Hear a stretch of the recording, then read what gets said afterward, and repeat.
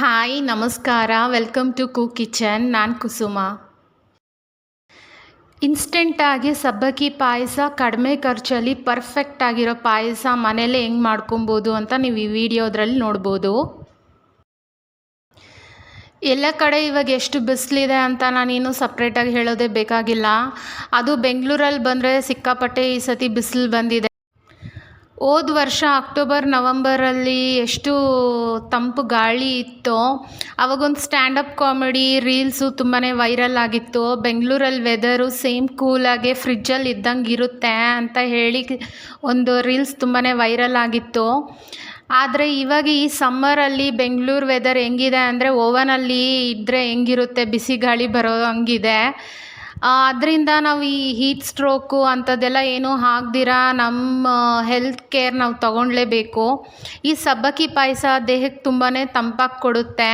ಈ ಸಮ್ಮರ್ಗೆ ಚೆನ್ನಾಗಿ ನೀರು, ಮಜ್ಜಿಗೆ, ಜ್ಯೂಸ್ ಅಂತ ಕುಡಿಯೋ ಜೊತೆಗೆ ಈ ಸಬ್ಬಕ್ಕಿ ಪಾಯಸ ತಿನ್ನೋದ್ರಿಂದ ನಮ್ಮ ದೇಹ ತುಂಬಾ ತಂಪಾಗಿರುತ್ತೆ. ಈ ಸಬ್ಬಕ್ಕಿ ಪಾಯಸ ಮಾಡೋದಕ್ಕೆ ನಾನಿಲ್ಲಿ ನೈಲಾನ್ ಸಬ್ಬಕ್ಕಿನ ಯೂಸ್ ಮಾಡಿದ್ದೀನಿ. ನೈಲಾನ್ ಸಬ್ಬಕ್ಕಿ ಬಂದುಬಿಟ್ಟು ತುಂಬಾ ಚಿಕ್ಕದಾಗಿರುತ್ತೆ ಮತ್ತು ಎಲ್ಲ ರೇಷನ್ ಅಂಗಡಿಗಳಲ್ಲೂ ಈಸಿಯಾಗೇ ಸಿಕ್ಕುತ್ತೆ.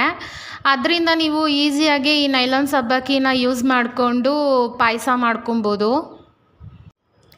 ಇಲ್ಲಿ ನಾನು ಬಾಣಲಿಯಲ್ಲಿ 1 ಕಪ್ಪಷ್ಟು ನೈಲಾನ್ ಸಬ್ಬಕ್ಕಿನ ಡ್ರೈ ರೋಸ್ಟ್ ಮಾಡ್ಕೊತಾ ಇದ್ದೀನಿ. ನಾವು ಇದನ್ನು ಡ್ರೈ ರೋಸ್ಟ್ ಮಾಡೋವಾಗೆ ಅದು ಚಿಟ್ ಅಂತ ಸೌಂಡ್ ಬರ್ತಾ ಇರುತ್ತೆ, ನೀವು ಅಬ್ಸರ್ವ್ ಮಾಡ್ಬೋದು. ಅದರಲ್ಲಿ ಸ್ವಲ್ಪ ಕಡಲೆಪುರಿ ಥರನೇ ಅದು ಉಬ್ಬುತ್ತಾ ವೈಟಾಗಿ ಆಗಿರುತ್ತೆ. ಆವಾಗ ನೀವು ಅದನ್ನು ತೆಗ್ದು ಸೈಡಲ್ಲಿ ಇಟ್ಕೋಬೇಕಾಗುತ್ತೆ. ಇಲ್ಲಿ ನಾನು ಇನ್ನೊಂದು ಪಾತ್ರೆ ಇಟ್ಕೊಂಡು ಅದರಲ್ಲಿ ಅರ್ಧ ಲೀಟ್ರು ಹಾಲು ಹಾಕ್ಕೊತಾ ಇದ್ದೀನಿ ಮತ್ತು ಒಂದು ಅರ್ಧ ಗ್ಲಾಸು ನೀರೂ ಹಾಕ್ಕೊತಾ ಇದ್ದೀನಿ. ಈ ಹಾಲು ಒಂದು ಕುದಿ ಬರೋವರೆಗೂ ಇದನ್ನು ಚೆನ್ನಾಗೇ ಕುದಿಸ್ಬೇಕಾಗುತ್ತೆ.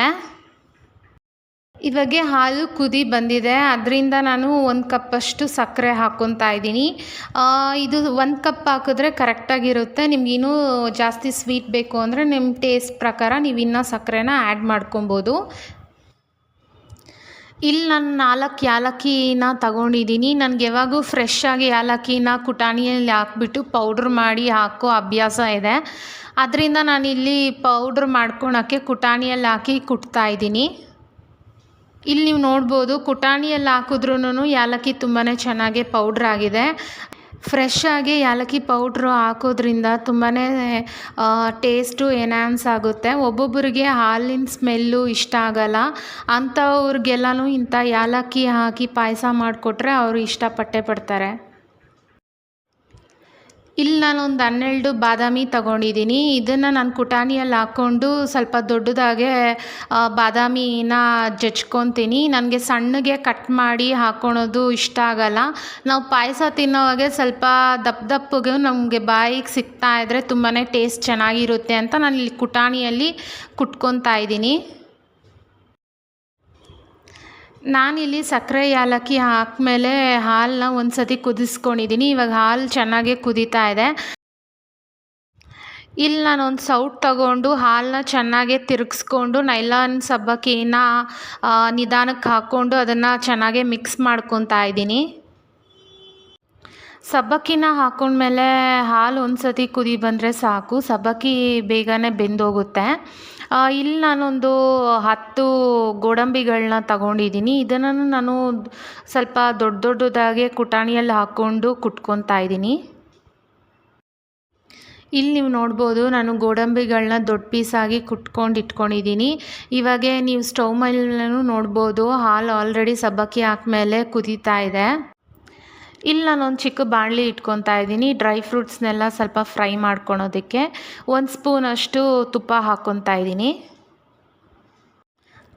ಇಟ್ಕೊಂಡಿದ್ದ ಬಾದಾಮಿನ ನಾನು ಇವಾಗೆ ತುಪ್ಪದಲ್ಲಿ ಫ್ರೈ ಮಾಡ್ಕೊತಾ ಇದ್ದೀನಿ. ಸ್ವಲ್ಪ ಕೆಂಪಗೆ ಫ್ರೈ ಮಾಡಿಕೊಂಡ್ರೆ ತುಂಬಾ ಚೆನ್ನಾಗಿರುತ್ತೆ.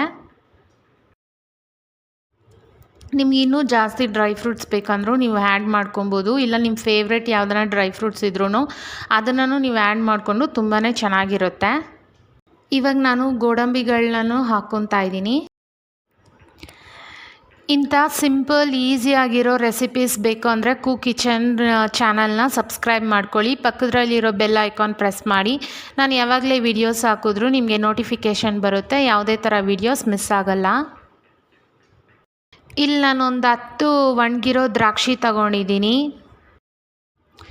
ತುಪ್ಪದ್ರಲ್ಲಿ ಒಣಗಿರೋ ದ್ರಾಕ್ಷಿ ಬೆಲ್ಲೂನ್ ಥರ ಊದೋವರೆಗೂ ಚೆನ್ನಾಗೇ ಫ್ರೈ ಮಾಡಿಕೊಂಡ್ರೆ ತುಂಬಾ ಚೆನ್ನಾಗೇ ಟೇಸ್ಟ್ ಬರುತ್ತೆ. ಇಲ್ಲಿ ನೀವು ನೋಡ್ಬೋದು, ನಾನು ತುಪ್ಪದ್ರಲ್ಲಿ ಎಲ್ಲ ಡ್ರೈ ಫ್ರೂಟ್ಸ್ ಹಾಕಿ ಕೆಂಪಗೆ ಫ್ರೈ ಮಾಡ್ಕೊಂಡಿದ್ದೀನಿ. ಇದರಿಂದ ಪಾಯಸಕ್ಕೆ ಒಂದೊಳ್ಳೆ ಕಲರ್ ಕೂಡ ಬರುತ್ತೆ. ಇವಾಗ ನಾವು ಫ್ರೈ ಮಾಡಿದ್ದೆಲ್ಲನೂ ಡ್ರೈ ಫ್ರೂಟ್ಸು ಮತ್ತು ತುಪ್ಪನ ನಾನು ಪಾಯಸದ್ರಲ್ಲಿ ಹಾಕಿ ಚೆನ್ನಾಗಿ ಮಿಕ್ಸ್ ಮಾಡ್ತಾಯಿದ್ದೀನಿ. ಪಾಯಸಕ್ಕೆ ಡ್ರೈ ಫ್ರೂಟ್ಸ್ ಹಾಕಿದ್ಮೇಲೆ ಹಾಲನ್ನ ಒಂದು ಸತಿ ಕುದಿಸಿದ್ರೆ ತುಪ್ಪ ಎಲ್ಲನೂ ಚೆನ್ನಾಗೇ ಪಾಯಸದ್ರಲ್ಲಿ ಮಿಕ್ಸ್ ಆಗಿರುತ್ತೆ. ಆಮೇಲೆ ನಾವು ಸ್ಟವ್ ಆಫ್ ಮಾಡ್ಕೊಬೋದು.